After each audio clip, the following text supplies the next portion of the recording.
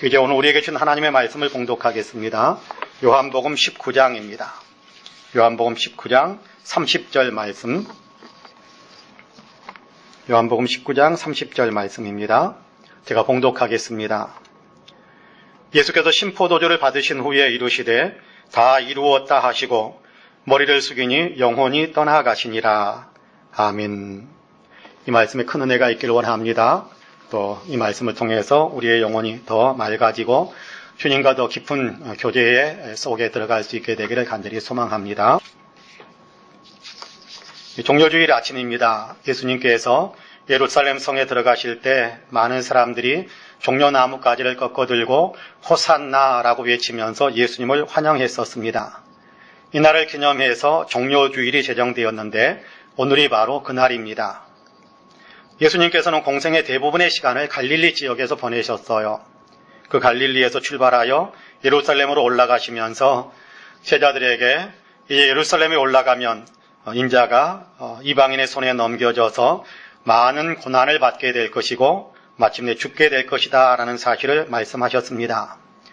실제로 종려주일에 예루살렘에 올라가신 예수님은 그날부터 한 주간 동안 많은 어려움과 고난을 당하셨습니다.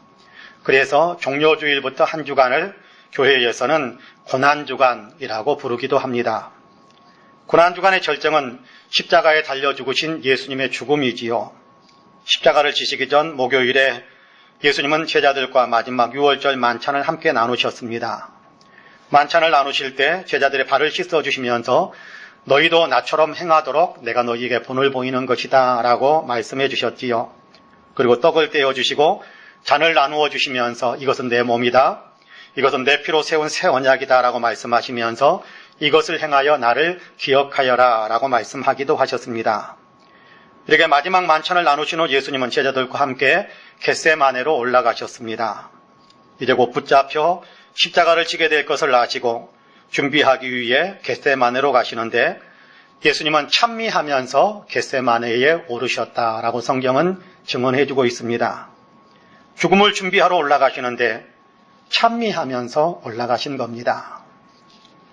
겟세마네 동산에서 예수님은 간절하게 기도하셨습니다. 예수님은 기도하는 중간중간에 잠들어 있는 제자들을 찾아오셔서 깨워서 기도하라라고 하십니다. 기도해야 시험에 들지 않게 된다면서 기도하라라고 강권하셨습니다. 제자들을 깨우시고 예수님은 다시 기도의 자리로 돌아가시곤 하셨는데 그때마다 간절한 기도를 드리셨습니다. 아버지여, 할 수만 있으면 이 잔이 내게서 지나가게 하옵소서.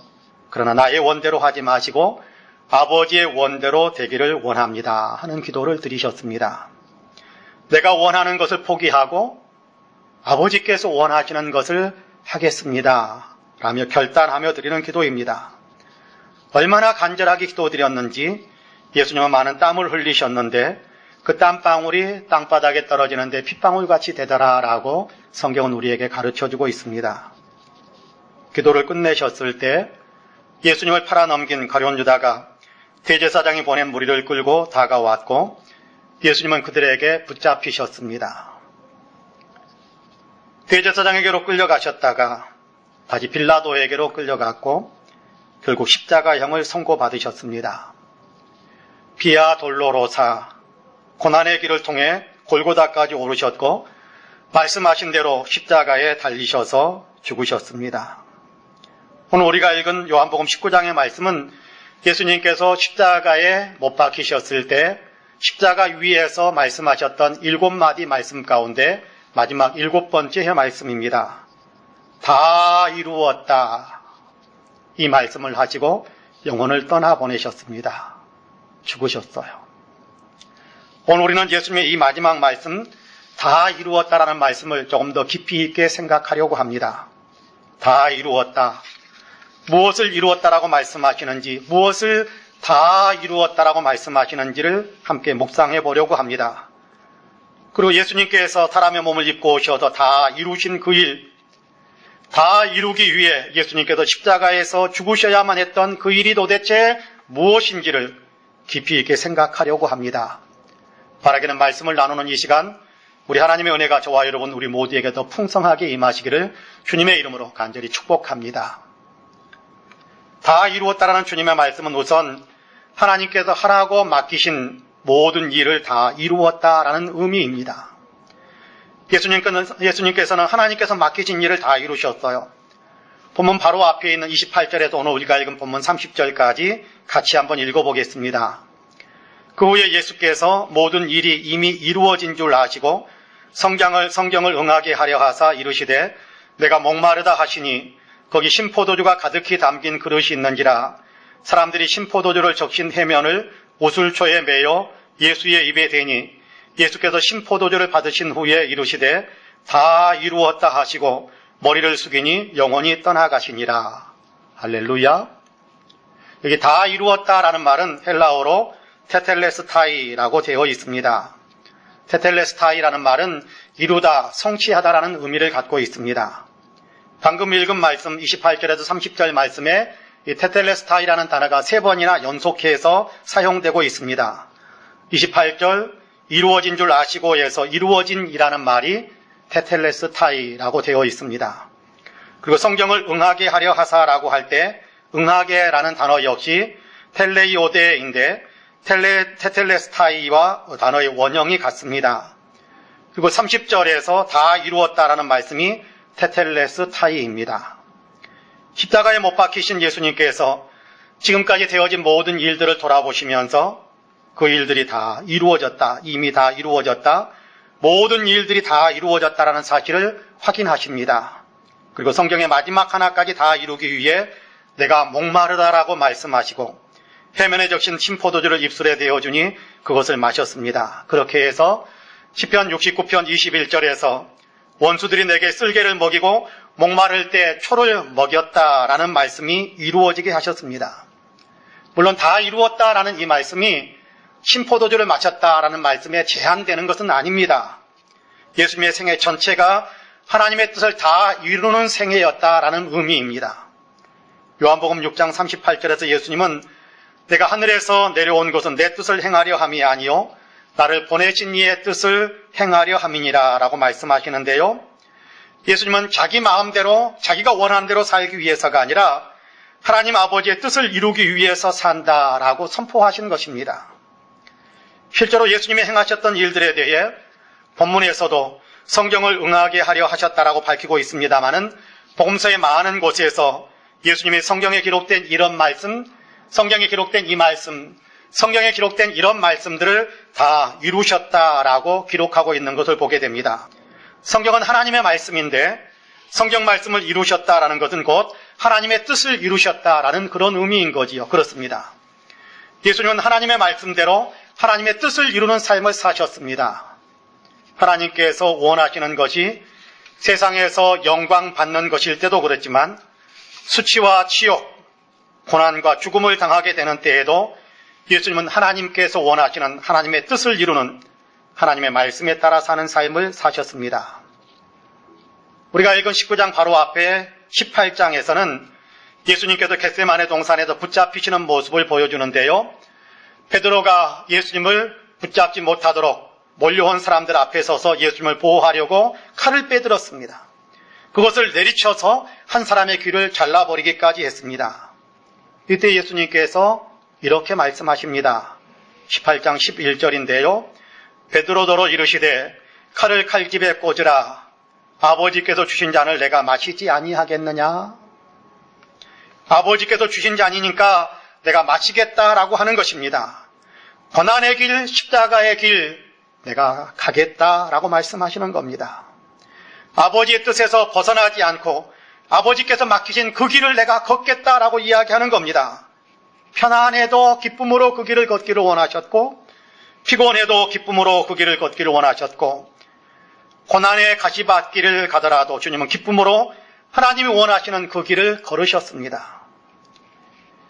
예수님을 세상에 보내실 때 목적을 갖고 계셨던 하나님은 우리를 세상에 보내실 때에도 동일하게 목적을 갖고 계신다는 사실을 아시는지요?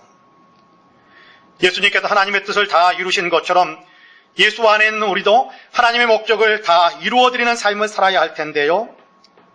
하나님은 우리가 예수님을 잘 믿는 것, 예수님을 더 깊이 알고 예수님을 날마다 닮아가기를 원하시는 그런 목적을 우리를 향해서 갖고 계십니다. 컴패션이라는 단체는 어려운 형편에 있는 아이들을 후원하며 돌보는 일을 합니다. 국제적인 어린이 구호단체인데 한국 사역을 담당했던 문혜란 씨가 배우 유지태 씨가 후원하는 인도에 있는 아이를 방문했었다고 합니다.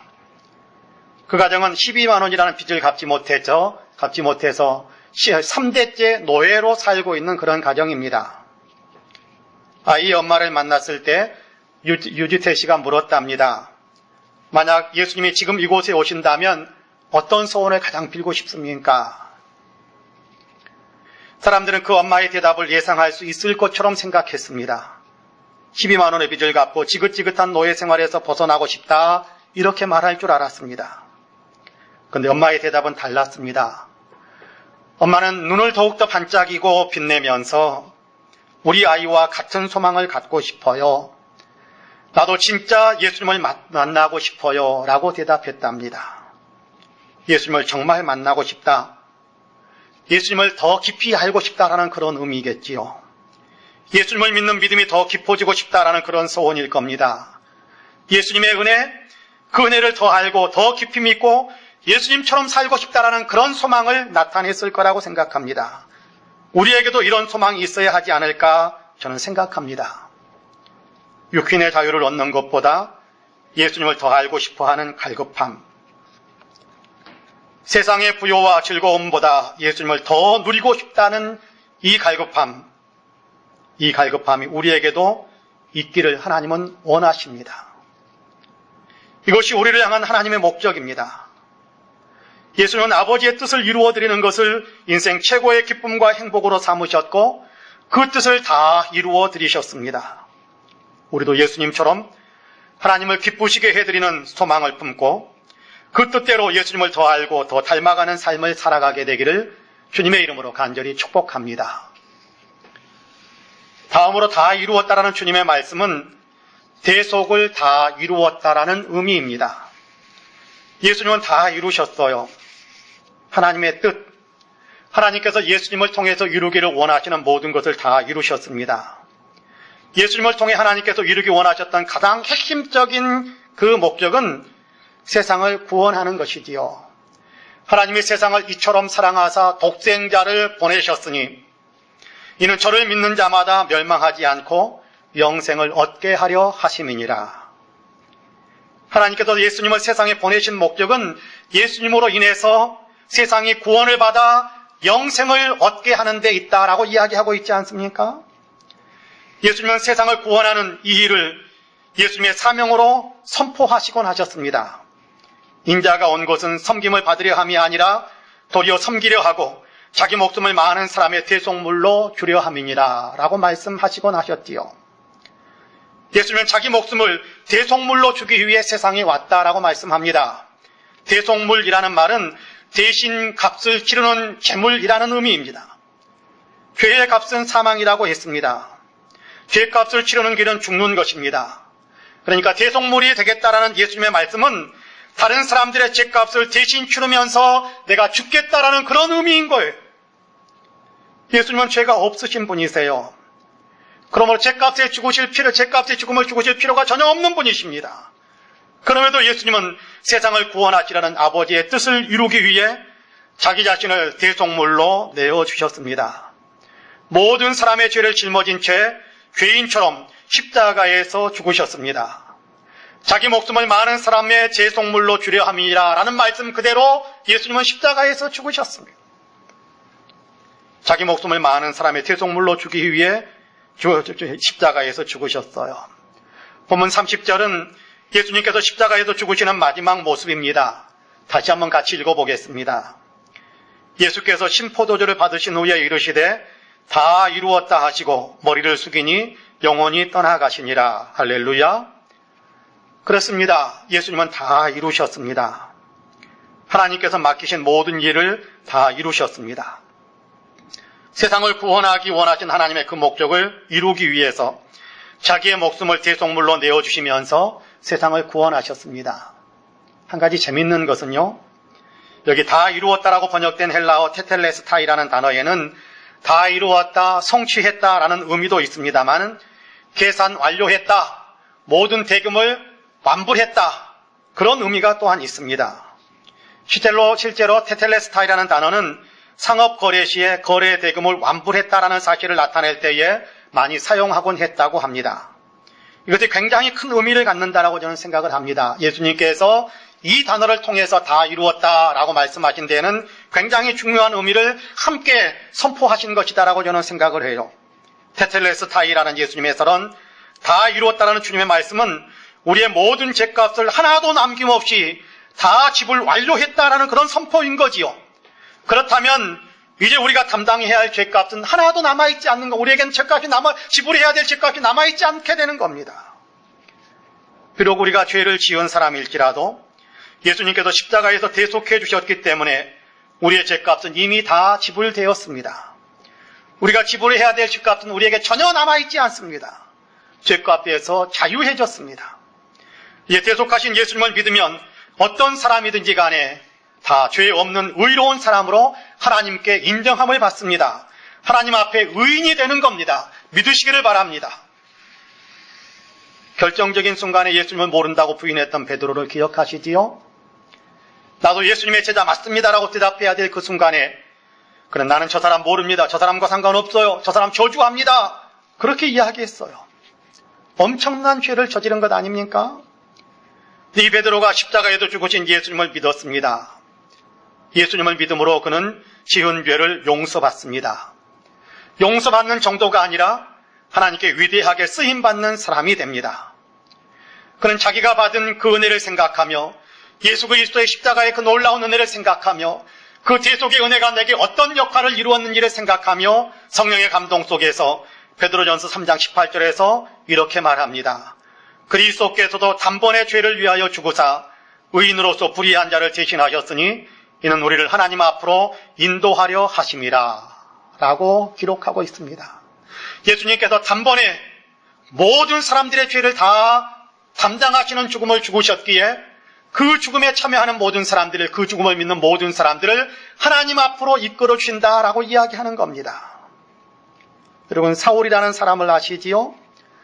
후에 바울이라는 이름으로 그의 이름을 바꾸기는 합니다만 그는 스데반 집사를 죽이는 데 앞장섰었고 예수 믿는 사람들을 박해하고 핍박하고 잡아다가 감옥에 가두기도 하고 죽게 만들기도 했던 그런 사람입니다. 하나님 앞에 그 죄가 얼마나 큰 사람이겠습니까? 그는 스스로도 내가 죄인 중에 괴수입니다 라고 고백했던 사람입니다.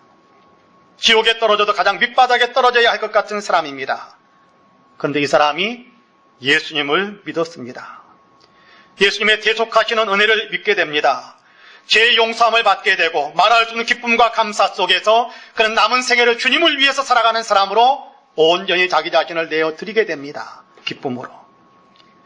그는 자기 인생의 마지막 때가 다가옴을 느낄 때 자기는 예수 안에서 살았기 때문에 예수님을 믿는 믿음 안에서 살았기 때문에 하나님께서 자기를 위해 의의 면류관을 이제 예비하고 계실 것이다. 내가 하나님 앞에 나아가면, 내가 천국에 들어가면 하나님께서 나에게 의의 면류관을 씌워주실 것이다 라는 그런 고백을 드리고 있는 것을 보게 됩니다. 심각한 죄를 범했던 사람 아닙니까? 흉악한 죄를 범했던 사람입니다.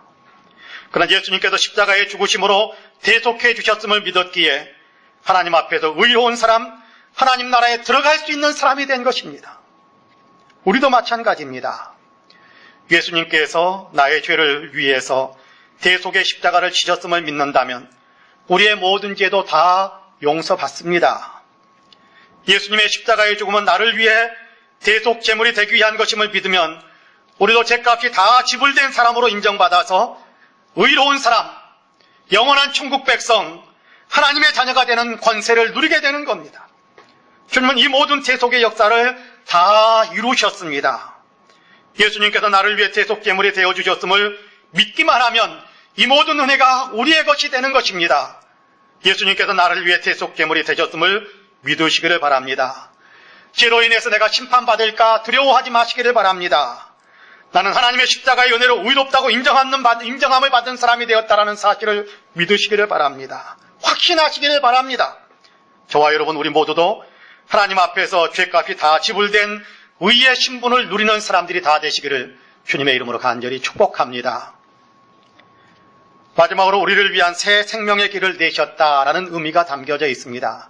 다 이루었다라는 얘기는 우리로 하여금 새롭게 살 수 있는 길을 닦아 놓았다. 우리를 위해 새롭게 살 수 있는 길을 닦아 놓았다라는 그런 의미가 있습니다. 삶을 새롭게 살게 하신다라는 거지요.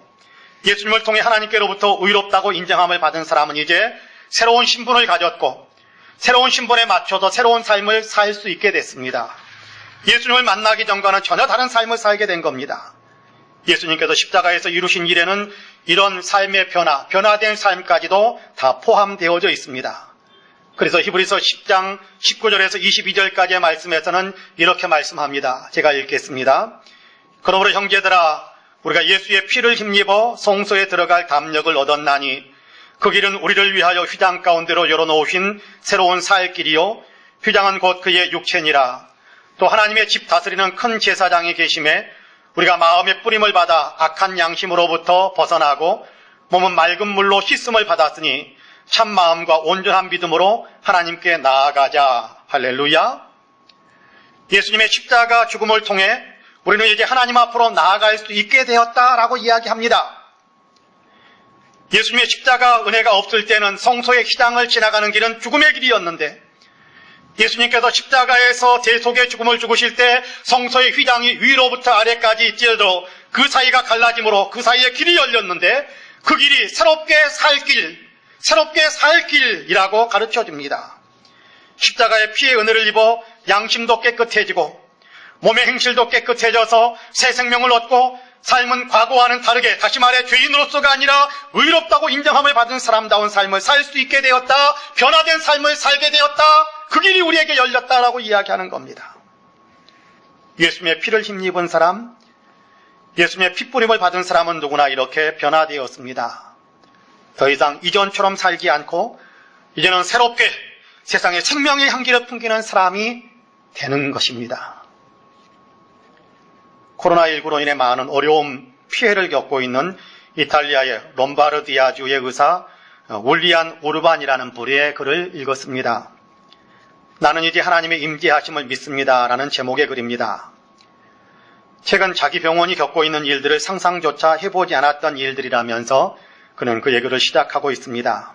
처음에는 몇 명이 병원으로 실려왔고 그 다음에는 몇십 명, 그 다음에는 몇백 명씩 몰려왔습니다. 이제 우리는 치료하라는 엄두도 내지 못한 채 그냥 누가 살 수 있을 것 같은지 누가 죽을 것 같으니까 집으로 돌려보내야 할 것인지를 결정하고 마치 라벨을 탁탁 붙여주는 것 같은 그런 역할밖에 할 수 없는 그런 상황에 놓였다고 합니다. 그는 2주 전까지만 해도 나와 내 동료들은 무신론자였습니다. 그런데 9일 전 75세의 한 목사님이 바이러스 확진 환자로 우리 병원에 도착했습니다. 그는 친절한 사람이었습니다. 병원까지 성경을 지니고 왔습니다. 호흡곤란의 심각한 문제에 시달리면서도 그는 주위에 죽어가는 이들의 손을 잡아줄 뿐만 아니라 그들에게 성경을 읽어주곤 했습니다. 그리고 그것은 우리에게 깊은 인상을 가져다 주었습니다. 우리는 처음 그가 전하는 말을 듣는 약간의 시간을 가졌을 때 그저 피곤함에 눌리고 낙담한 의사들이었고 정신적으로나 육체적으로나 끝난 것 같은 상태였습니다. 그러나 지금은 인간이 할 수 있는 일이 끝나는 상황에서 우리는 하나님이 필요함을 깨달았습니다. 짧은 몇 분의 휴식 시간이 주어질 때마다 우리는 기도하기 시작했습니다. 우리는 이 일을 서로 이야기로 나누기도 했습니다. 시시절한 무신론자였던 우리가 지금 매일 주님께 평강을 달라고 구하고 있고 우리가 환자들을 잘 돌볼 수 있도록 우리를 도와주시기를 주님께 구하고 있는 우리 자신을 믿을 수 없노라고 우리는 이야기하곤 합니다. 어제 75세의 그 목사님은 돌아가셨습니다. 그분은 자신의 위중한 상태와 또 어떻게 도와드릴 수 없는 우리의 한계에도 불구하고 그분은 도리어 우리에게 평강을 가져다 주었습니다. 그 평강은 우리가 결코 찾을 수 없을 거라고 생각했던 바로 그 평강이었습니다. 목사님은 주님의 품으로 돌아가셨으며 현재 상황이 계속 이어진다면 아마 우리 역시 그분의 뒤를 따를 것입니다. 나는 지금 이 땅에서 나의 무익함을 깨닫지만 나의 마지막 호흡을 목사님처럼 다른 이들을 돕는 데 줄 수 있기를 원하고 있습니다. 비록 나는 나의 동료들의 죽음과 그들의 고통에 둘러싸여 있지만 그럼에도 지금은 내가 하나님께로 돌아온 것에 대한 말할 수 없는 기쁨을 누리고 있습니다. 라는 글이었습니다. 75세의 구 목사님은 똑같이 코로나19 바이러스로 인해서 어려움을 겪고 있던 분입니다. 죽음을 생각해야 하는 다른 사람들에 비해 더 위중한 상태였습니다. 그럼에도 예수님으로 인한 영생을 가지고 있었기에 예수님으로 인해 새롭게 살 수 있는 힘을 얻었기에 그 황량한 죽음의 자리에서 도리어 생명을 일으키는 열매를 맺으신 것입니다. 자기도 힘들면서, 아니 자기는 더 힘들면서 그럼에도 도리어 다른 사람을 위로하고 도리어 사랑하고 도리어 희망으로 격려했습니다. 예수님처럼 산 것입니다. 이 삶이 주위 사람들에게 생명의 향기가 되었습니다. 잃었던 믿음을 회복하게 만들어준 것입니다. 주님은 십자가를 통해 우리에게도 동일한 새로운 살 길을 열어주셨습니다. 우리가 새롭게 예수님처럼 산다면, 예수님처럼 사랑하고 위로하고 용기와 희망을 나누어 준다면 우리로 인해 풍기는 예수님의 생명의 향기가 주위 사람들을 살게 만들 것입니다. 주님은 우리가 그런 삶을 살아가기를 원하십니다. 그 생명의 길을 걸으시는 저와 여러분이 되기를 축복합니다. 사랑하는 성도 여러분, 종료주일 아침입니다. 십자가가 기다리는 것을 알면서도 주님은 그 길을 피하지 않으셨습니다. 하나님께서 맡기신 길이었기 때문입니다. 우리를 살릴 수 있는 유일한 길이었기 때문입니다. 주님은 그 길의 끝자락 십자가에서 다 이루었다라고 선포하셨습니다. 패배자처럼 우울하게 하시는 말씀이 아닙니다. 위대한 승리자로, 놀라운 영광에 이른 자로 가슴 벅찬 감격과 기쁨으로 외친 것입니다. 다 이루었다. 십자가를 통해 하나님께서 맡기신 일을 다 이루었다. 십자가를 짐으로 세상을 구원하는 대속의 역사를 다 이루었다. 십자가를 통해 믿음의 사람들이라면 누구나 인생을 새롭게 갈 수 있는 그런 길들을 다 덮어 놓았다라고 말씀하신 것입니다. 이 아침 주님이 이루신 그 은혜를 더 깊이 생각하면서 그 길을 힘차게 걸어가는 저와 여러분, 우리 모두가 다 되시기를 주님의 이름으로 간절히 축복합니다. 아멘. 기도하시겠습니다. 사랑과 은혜가 풍성하신 하나님, 우리를 위해 예수님을 세상에 보내주심을 감사드립니다. 성자 하나님이신 예수님, 우리를 위해 대속의 십자가를 져주심을 감사합니다. 성령 하나님, 이 모든 은혜를 믿을 수 있게 하시니 감사합니다. 삼위일체 하나님의 놀라운 은혜로 우리를 구원하시사 하나님의 자녀가 되게 하심을 감사합니다. 오늘 종료주일 아침에 우리를 위한 예수님의 십자가 다 이루었다라는 주님의 말씀을 묵상하게 하셨사오니 그 말씀에 담긴 주님의 은혜를 저희가 더 깊이 알고 더 온전히 받아들이게 하시며 그 말씀에 사로잡히는 삶을 살아가도록 도와주옵소서. 예수님의 이름으로 기도드립니다. 아멘.